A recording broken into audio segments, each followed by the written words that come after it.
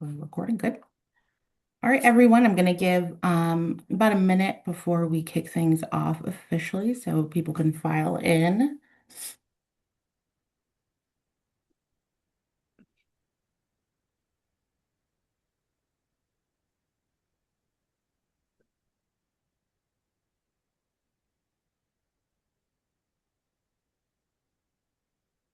Mhm. All right. Good afternoon, everyone, or good morning, depending on where you are. And thank you for joining today's Lunch and Learn. My name is Sydney Konihia with the International Franchise Association, and we have a great 30 minutes signed up for you all today. Before we get started, just wanted to note that today's webinar will be recorded, and the recording and slide deck will be sent out post-webinar. And if you have any questions for Zan today, please feel free to add this to the chat or questions box. Today's topic is the trust economy, how franchise brands are winning and losing customers in the new visibility era, and is brought to us by Consumer Fusion. Here to provide today's discussion is Zan Gulish, Vice President of Business Development with Consumer Fusion. Thank you, Zan, for joining us, and thank you to Consumer Fusion for sponsoring today's Lunch and Learn. I will now turn things over to Zan to get us started. Awesome. Thank you so much, Sydney. Appreciate the introduction and excited to be doing the Lunch and Learn webinar series here today. As Sydney mentioned, my name is Zan Gulish. I'm the Vice President of Business Development here at Consumer Fusion. Personally been with the company now about 8 years. The business itself is 10 plus years old, but I focus strictly on the franchising vertical, and we focus really on helping anything from small businesses to enterprise level businesses, even publicly traded companies, right? So we try to design custom reputation programs to help fit the business at need. As Cindy mentioned, we're going to be talking about the trust economy today and the new visibility era and how AI is affecting this. Before we get into the trust economy side, I did want to give everyone a few updates that have changed here as of recent. A few of these changes have happened really just in the last 2 months on Google. So I kind of wanted to give a quick state of the union, so to speak, on Google. The first piece I wanted to talk about is on Google Business Profile, your social feeds are now going to live on these profiles. So I have kind of a good video here to showcase this and kind of speak to it directly. This is huge. Google just made social media a critical part of your local SEO strategy, and it's key if you want to improve your AI visibility. Google is now pulling social media posts directly into Google Business Profiles. They're calling it Social Media Updates Carousel, and it can show the latest posts from your social channels. Here's what you need to do. Number one, you must connect your social profiles to your Google Business Profile. Number two, you must be active on your social profiles. I'd recommend being more descriptive about your products and services rather than being educational. Because if your socials are active, then Google will give that content extra visibility and the AI bots will learn more about your business. And a big thank you to Valentina Vasileva for giving me the heads up about this new feature. So the reason this is a big deal, especially in the franchising space, right? Many of you are going to have dozens of locations, 100 plus locations, or anywhere in between. Something that we looked into, if you're posting at a national level, you just have one national Facebook, one national YouTube, one national Instagram. You cannot come in and link these profiles to every single one of your locations. All of these have to be unique, okay? If you try to do that, it causes suspension issues, re-verification issues, and so on. So I would argue for brands right now that are just posting on a national level and not at a local level for franchisees, it's something you should reevaluate and probably start doing pretty much immediately, starting to create individual Facebooks, Instagram, LinkedIn's. Reason why this is going to help optimize your Google Business Profile at that local level, right? How do we rank in zip codes, not just as a brand?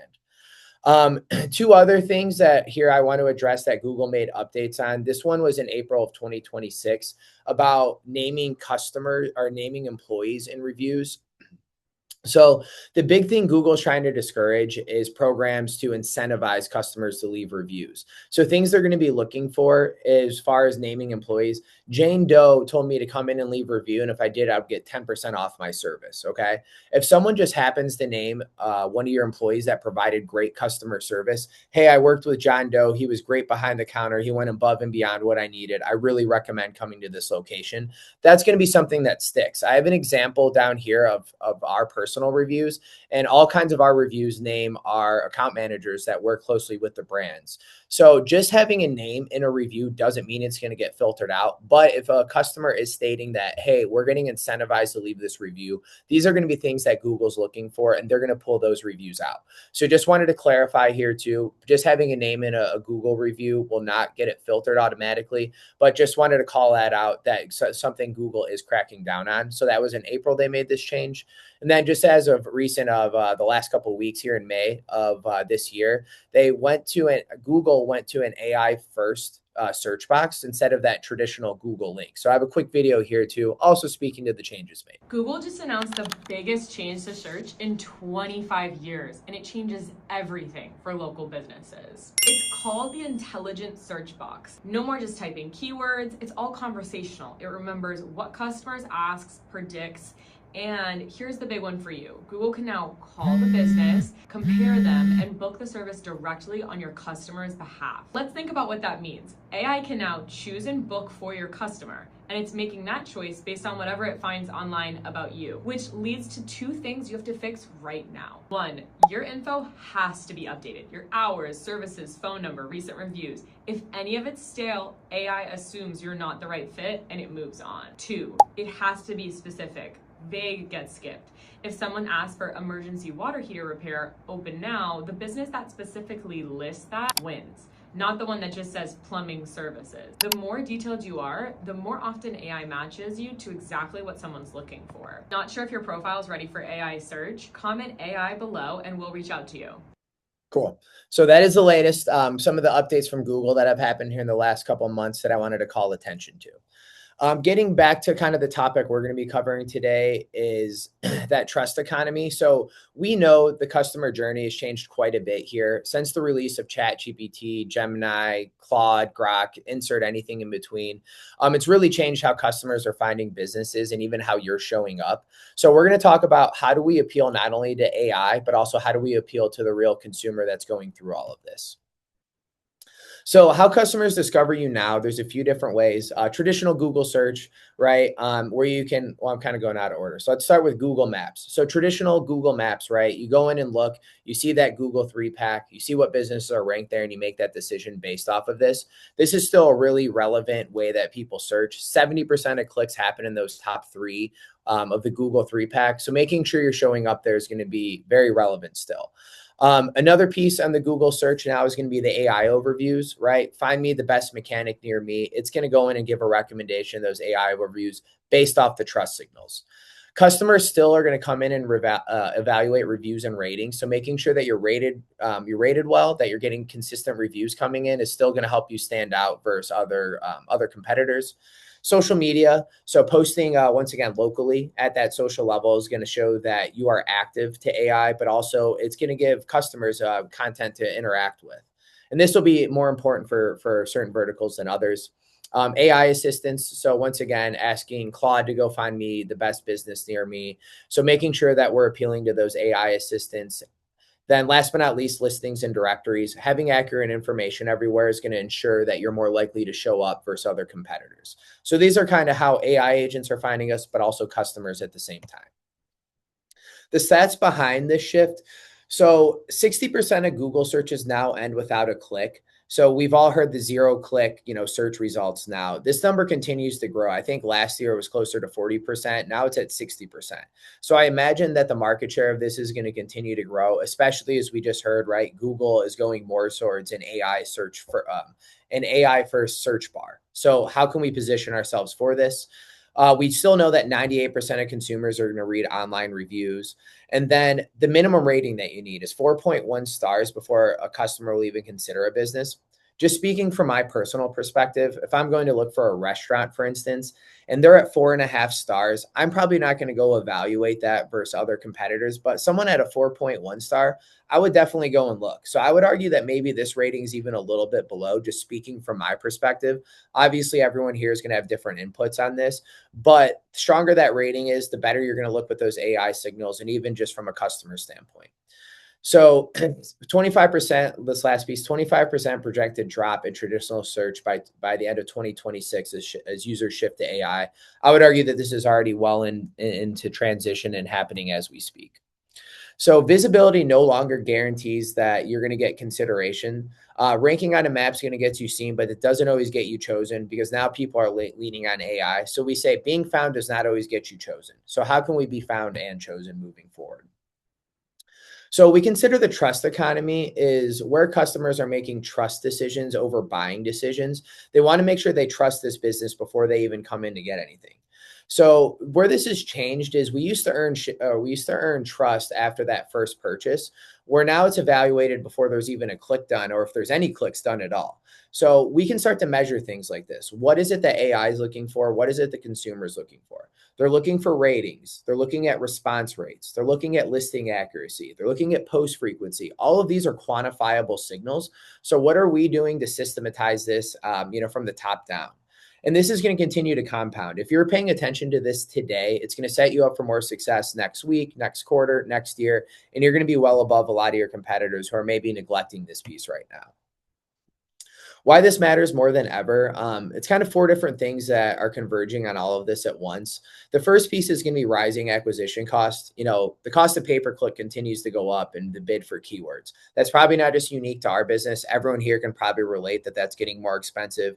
If you're hiring social media companies, if you're hiring, videographers, right, doing social media boosted posts, just everything's getting more and more expensive.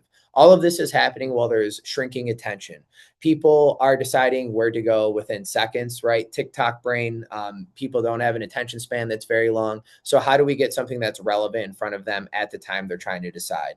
More competition. I would argue that everyone is getting a little bit smarter on how to approach this. So how do we set ourselves apart? And then last but not least is the AI recommendations. There's assistants picking trusted names on your behalf that you don't have a lot of control of. So what this can result in is if there's low trust that's out there, one of the stats I want to call out here on the right is we know a 1-star drop in your rating can cut a local business's revenue by anywhere from 5 to 9%. And I would even say too, like as you kind of float in between a 3.9 to 4.2 range, every little 0.1 you're going up or down is really going to affect the business. Having a 3 at the start of your rating versus a 4 can make all the difference in the world, not only through AI signals, but also just from a customer journey standpoint. So what the cost of low trust, it can result in lower conversion at every step. Leads ultimately go to higher rated competitors than you, reduce visibility in the local map pack, fewer AI recommendations with your name in it. And then obviously the cost to acquire customers continues to go up. Where this becomes an issue from the franchising side and how we should view it. So as we mentioned, or I mentioned earlier, you could be one brand with hundreds of locations, dozens of locations, but what you look like at the national level is ultimately not going to matter at the local level. Okay. What are we doing to rank in those zip code? So every single location has its own Google profile, its own Google reviews. If there's inconsistent experiences from location to location, this can show up with inconsistent ratings and hurt you at that level. Uneven social activity. So some locations are really active about posting while others are silent. Hey, it's up to our franchisees to go and post. Getting a brand standard is going to be really important for this. Listing drift, having hours incorrect, addresses incorrect, maybe you're named differently from listing to listing. All of this can affect where you're going to show up and how you're going to rank. So trust is built before the first visit. I love this little AI summary right here. What it does is it comes in and evaluates the 312 business reviews that are in here. So I don't know anything about cars. Outside of changing a tire, I can't really do anything on a car. So anytime I go and search, I just want to make sure I'm getting transparency and a fair price. So I love in this here, it says customers praise fast, honest service, and clear pricing. Frequently recommended for same-day repairs. That checks all 3 boxes that I'm looking to. I'm personally not going to go and sift through a bunch of other businesses. They have a lot of reviews. They have a good rating. They have a good summary. Boom, I'm going to go there. So what this is evaluating is the star rating and review count, any recent reviews and photos that have come in, social activity and listings, and then it gives an AI-generated summary, okay? So these are going to be things that customers are evaluating and the AI is evaluating to look for. So naturally, what we've done is we built an acronym for you guys. So it's called the 5 signals that AI and humans both notice, and we came up with the trust acronym or the trust framework. So all 5 of these pieces are going to be things that you guys should start doing here immediately to signal correctly to your customers and those AI summaries. So the T is for testimonials, reviews that tell real stories. The R is going to be reliability for accurate listings everywhere. The U is understanding, human empathetic responses, social presence, content, and activity. And then last but not least is going to be the last T, which is timeliness, recency, and consistency that we're doing this. All right, so let's start with the T, the testimonial side. You want to be getting reviews in that tell real stories. 81% of consumers are going to be reading your reviews before going to a local business, okay? Why this matters for you, detailed, recent, keyword-rich reviews are the strongest driver of local search ranking and authority. Now, obviously, we can't control what a customer is putting in a review, but what we can control is making sure that a review request goes out to them and they have a really frictionless process to leave a review. What this will impact is whenever you have what this will impact on AI is AI search engines quote and summarize review text. So the more information that's in there, that's going to stand out better in the eyes of AI. And the customer impact stories are going to beat star averages. So people trust narratives that sound like their own situation. I would say Chick-fil-A does a really good job of this. They encourage members to list their favorite menu items, their favorite team members. So that way they're getting, once again, more of that content rich reviews whenever they do come in. So once again, setting up a process that's automated to get review requests out in front of customers. Reliability, getting accurate listings everywhere. 80% of consumers lose trust in a business with incorrect listing information. Why this matters is you need to have consistent name, address, and phone numbers. Depending on your vertical, it could be anywhere from 40 to 45 different sites. Whenever you go in and do a search, whether it's ChatGPT, Grok, Gemini, all those little bubbles that pull up along the bottom, these are all your listing sites that it's pulling information from. So you need to make sure that you're on all of these sites so Google can recognize you as the same business versus your competitors. But also that information needs to be accurate and up to date.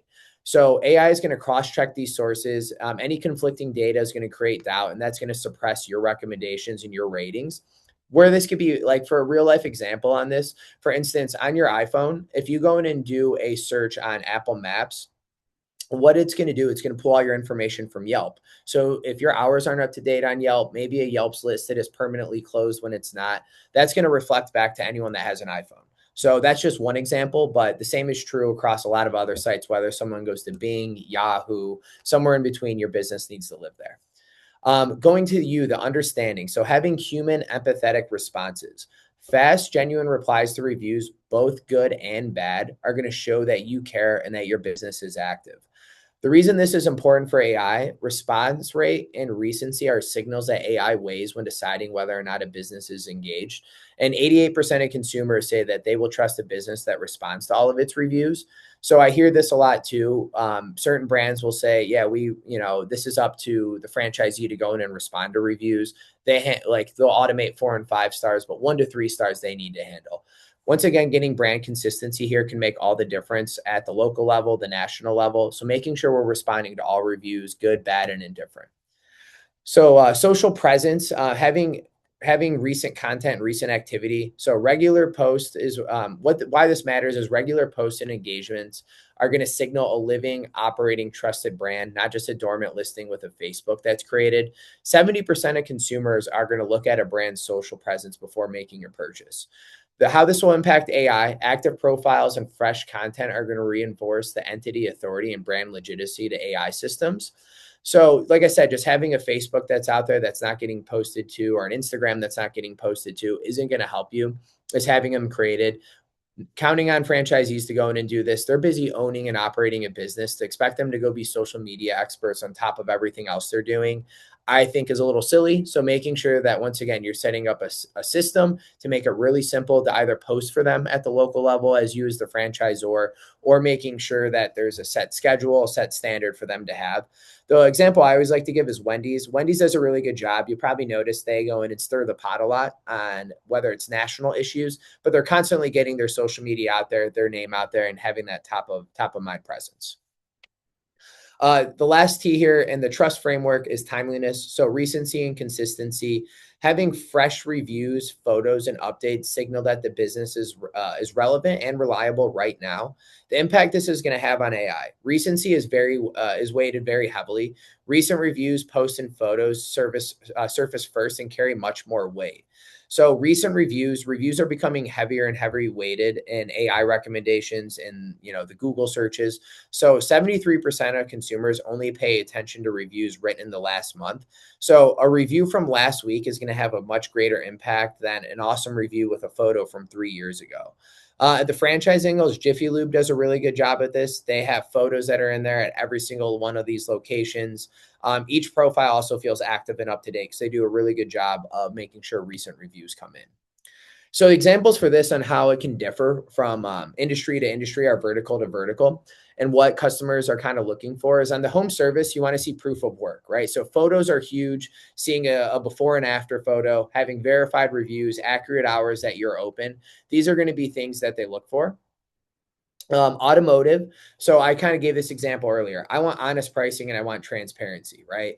You want to see replies to complaints if there is a negative experience, seeing that the business owner reached out to that, and then obviously photos of something if it's more of an auto body, what that looks like. Healthcare. This will be really big for there's obviously a lot of home healthcare franchise brands, senior living franchise brands, right? So seeing reviews that speak to bedside manner, how they treated a parent, careful responses that are HIPAA compliant. So making sure you're responding to every review and addressing any negative experiences. But once again, HIPAA is going to be really big there. Fitness, I would say this is much bigger on the social side, making sure that we're showing the community, we're showing the amenities off, right? So having an active social presence is going to be really big for fitness. And then restaurant QSRs, recent photos, recent reviews, high volume. This is going to be things that are important. Where brands can lose trust, unanswered reviews, so not responding to reviews signals to consumers that you're not a very active business or maybe you just don't care, especially on the negative side. So 88% said they would use a business that responds to every review. So if you're not, you can assume the flip side, right? They're going to go to someone that does. 80% have lost trust in a brand with inaccurate listings. So having your listings outdated or not being listed everywhere customers are searching or AI is searching is going to hurt you. Inactive social. So having a dormant social profile, like we said, 76% of consumers are going to go check here. Poor ratings. So we know if you drop by a star rating, that can affect up to 9% of your revenue. So, reviews are, like I said, are going to be so relevant. It's a self-fulfilling prophecy. Generate more good reviews. It's going to help your rating, going to help you look good, going to have recency in there and all the things that we're looking for as consumers, but also AI. Inconsistent info. So having conflicting data, like this could be even something if you're ABC company in San Diego and it's just listed as ABC company, but then maybe your ABC company Las Vegas, right? So having the name after your company name and having only that on one listing or half the listings, that can help. That this can essentially show up as a bunch of different businesses and will affect your ratings. So this is how leading franchise brands are winning, centralized and localized. So they have one system of record.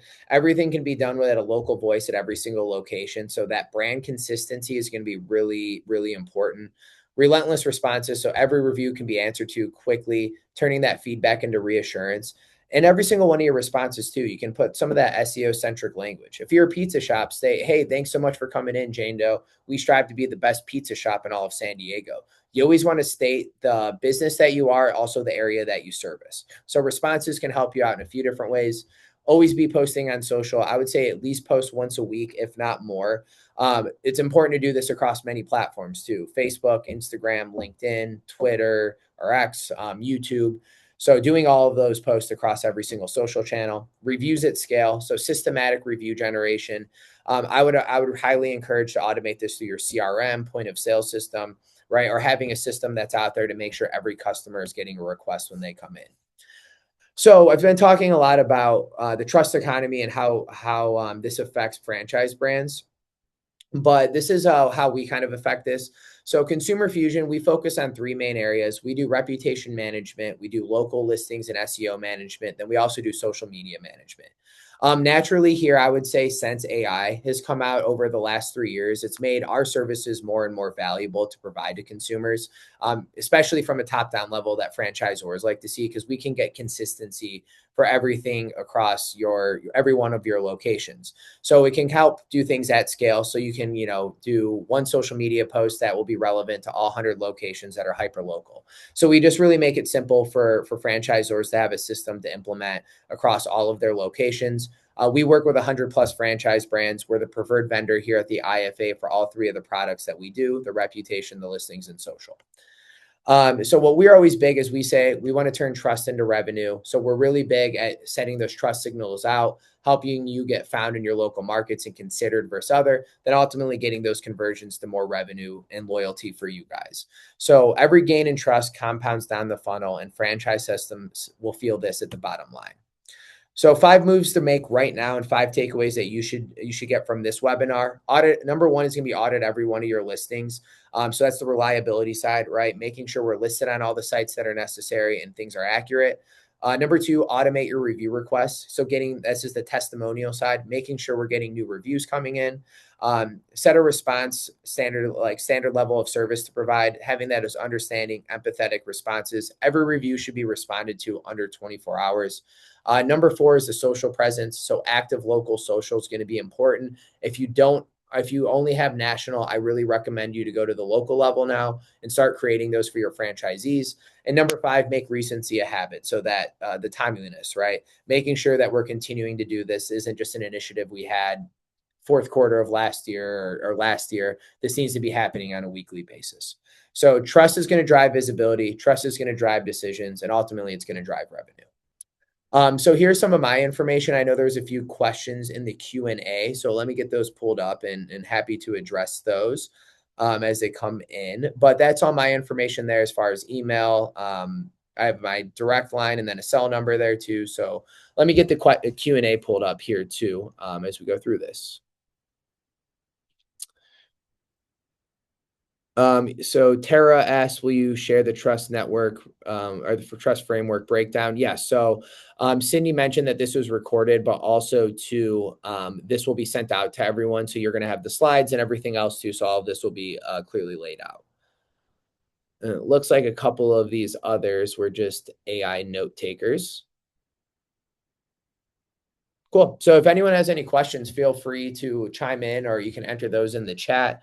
But other than that, like I said, Cindy, I know is going to send this out to everyone, so everyone will have the recording, can go back at their leisure. But also too, if you want to take anything offline, feel free to email me directly, and I'm happy to be a resource however I can. What would be a best practice to create and implement SLA? So that was in regards to review responses. So I would really recommend either automating this process, and I would say this can be more doable at the 4 and 5 star level. Like, you can have a standard response that can be automatically sent out for 4 and 5 stars. So for instance, here at Consumer Fusion, right, we are really big. We can automate either 1 through 5 stars to go out. We can have time parameters. So what you can do is either set something up to say, hey, we can have different rotating templates with that, pulls in keywords. So you can either automate 4 and 5 stars, or you can automate 1 to 5 star responses. You can either put this in. A lot of times brands will have this in the agreement that they do with franchisees, that all reviews need to be responded to within a certain time frame, whether that's 48 hours, 24 hours. I would encourage the sooner the better. So I would really recommend a system to automate this, to be honest with you, Melanie, is just because like going in and trying to do this manually as you start to scale, it's hard to keep an eye on every single one of your locations, or to count on your franchisees to drop what they're doing and go to respond to a review when it comes in isn't always the most realistic thing. So what I usually recommend is automate the 4 and 5 star reviews, the 1 to 3 stars, get a notification to your team that something negative came in, and then go and address it to however best deems fit. So like I said, we provide a level of service for that, or there's plenty of other options out there too, but I would at least just be something that you guys have top of mind, and get something in place that everyone in the system knows that responses need to be done within a given amount of time. So that was a long-winded answer to your short question.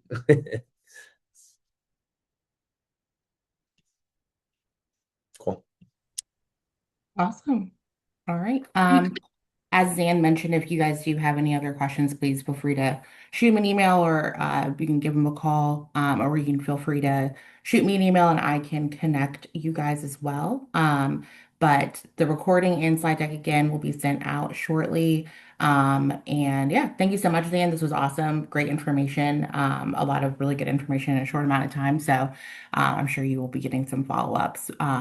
But yeah, I hope everyone has a great rest of your day. And thank you to Consumer Fusion for sponsoring today's Lunch and Learn. And I will speak to you all later.